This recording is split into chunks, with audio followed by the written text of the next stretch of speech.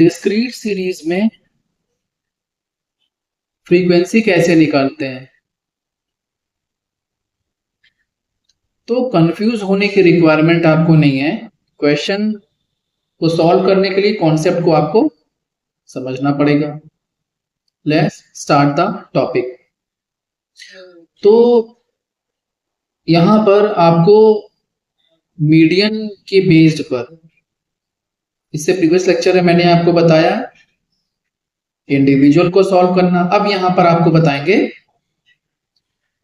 Discrete series को solve करना, ठीक है ना।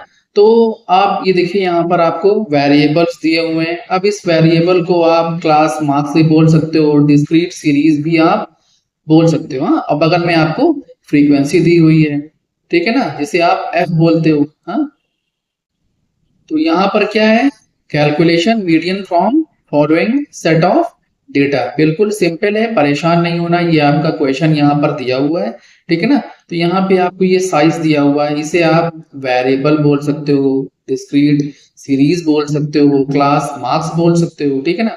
तो मैंने कहा ये आपकी ये मार्क्स हैं, तो ये साइज दिया हुआ है यहाँ पर।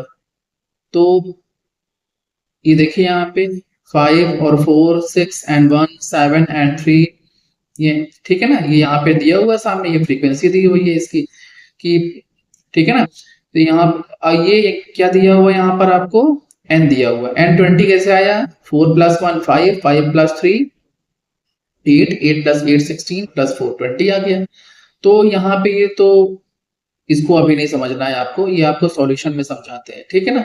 अब ये इसका CF आ गया। अब CF कैसे आया, देखिए दोनों को ऐड कर दो, 4 का तो सामने 4 हो जाएगा, और 4 ये यहाँ पर क्या हो गया, 5, 5 कैसे हो गया, 4 + 1 5, हाँ 5 + 3 8, 8 + 8 16, 16 + 4 20।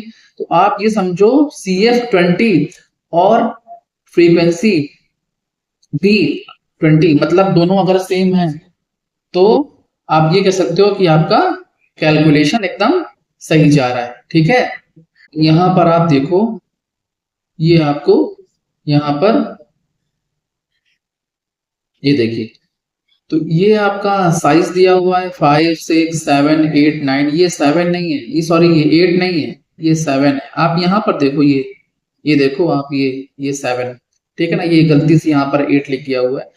तो यहाँ पे ये दिया हुआ था और मैंने इसके बेस पर निकाल लिया। तो 4 के सामने 4 आ गया, 1 के सामने 5 आ गया, 4 + 1 5, 5 + 3 8, 8 + 7 15। ये देखिए यहाँ पे 15 मैंने सही भी कर दिया, ठीक है।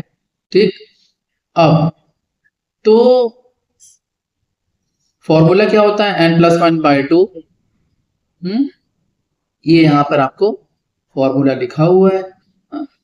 तो n कितना है यहाँ पर, 19। ये देखिए यहाँ पर ये आपका, तो 19 + 1 20, 20/2 10। तो अब वहां पे क्या होता था कि 1 2 3 4 हम देखते थे कि 10th के सामने क्या है वो हम आंसर मानते थे, बट यहाँ पे तो कुछ लिखा ही नहीं हुआ है। तो क्या करना है आपको, 10 आ रहा है ना आपका, 10th ये लिखा हुआ, ये 10th टर्म, ये 10th टर्म आपकी आ रही है ना। अब हमें यहाँ पर देखना है कि यहाँ पर दो चीजें हैं, इक्वल और लार्ज। तो आपको ये देखना है कि 10 के बराबर यहाँ पर कुछ है, तो 10 के बराबर तो यहाँ पे कुछ नहीं है, 4 कट गया। ये देखिए, ये तो तीनों 10 से छोटे हैं, ठीक है ना। तो मतलब इक्वल का सवाल ही पैदा नहीं होता, छोटे हैं।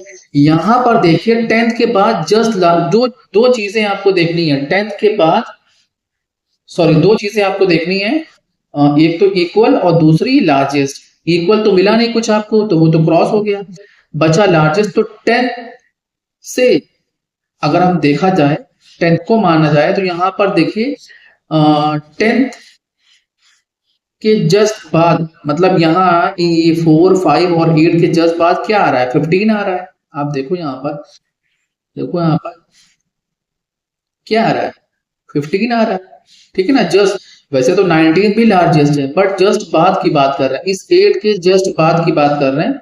तो क्या आ रहा है, 15, 15 के सामने क्या आ रहा है, 8। तो मीडियन अब क्या हो जाए, 8 इज योर आंसर। सिंपल है बिल्कुल। तो फिर से रिपीट करते रहे, दो चीजें आपको देखनी है।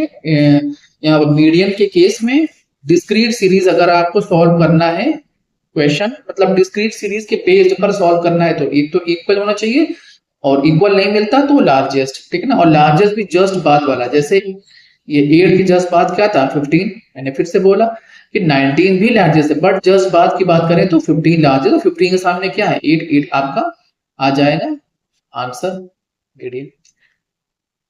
तो ये वीडियो लेक्चर अगर आपको अच्छा लगा हो तो please subscribe my channel, and Telegram channel मेरा आप ज्वाइन कर सकते हैं, जहां आपको क्लास 11 स्टैट्स के, माइक्रो के, बिजनेस के एंड अकाउंटेंसी के कलरफुल नोट्स मिल जाएंगे। Thank you.